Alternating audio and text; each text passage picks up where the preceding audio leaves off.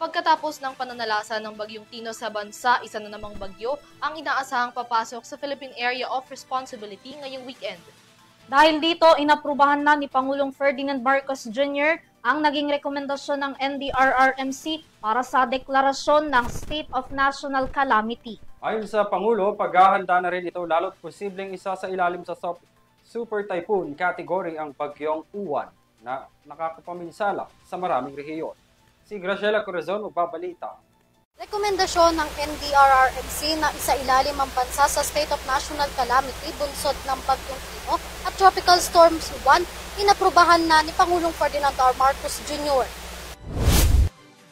Inaprubahan na ni Pangulong Ferdinand R. Marcos Jr. ang rekomendasyon ng National Disaster Risk Reduction and Management Council or NDRRMC na isailalim sa State of National Calamity ang bansa matapos ang pananalanta ng Bagyong Tino. Ang pagdedeklara ng State of National Calamity sa bansa ay bilang paghahanda na rin sa potensyal na epekto ng isa pang Tropical Storm Fungbong na inaasahang papasok sa Philippine Area of Responsibility o PAR sa darating na weekend bilang Bagyong Juan. Inaasahang aabot sa Super Typhoon category at maglalandfall sa Northern o Central Luzon ang bagyo. Ayon kay Pangulong Bongbong Marcos, dahil sa lawak ng pinsalang iniwan ng Bagyong Tino, nasa 10 hanggang 12 relihiyon na ang naapektuhan at maaari pang maapektuhan dahil sa dalawang bagyo.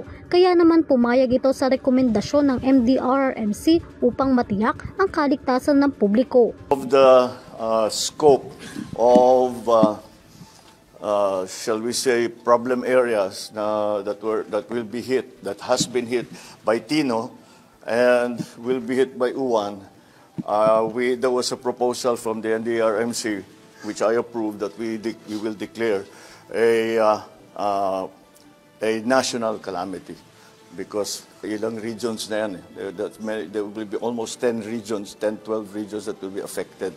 So pagka ganun karami, ganun ang scope, then we will really have to, then it is a national calamity. So Binigyan din nito na hindi nito iiwan ang mga probinsyang labis na naapektuhan ng bagyo, partikular na ang probinsya ng Cebu, hanggang hindi ito nakababangon mula sa sakuna.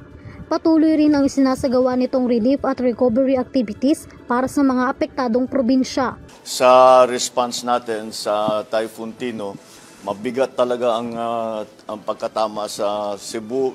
Actually, Region 6, 7, 8, Mimaropa, umabot sa Negros Island region kasi dahil tumawid ang Tino and the damage is heavy. And so but we are doing our usual relief and support activities para lahat ng mga na-displaced, lahat ng naging biktima ay matutulungan natin ng pamahalaan together with national government, together with the first responders, of course the LGUs.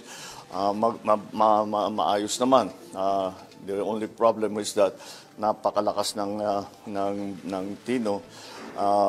Dagdag pa nito, nakaantabay na rin ang lahat ng uniform personnel ng pamahalaan upang magbigay tulong sa mga nasalanta ng bagyo. Bukod dito, pinaghahandaan na rin daw ng pamahalaan ng mga kinakailangang tulong para sa pagpasok ng Bagyong Juan. Samantala, umabot na sa 114 ng bilang ng mga nasawi dahil sa Bagyong Tino. Tinataya namang nasa 127 pa ang mga nawawala. Sa ngayon, patuloy pa rin ang sinasagawang disaster at relief response ng mga ahensya para sa mga nasalanta ng bagyo.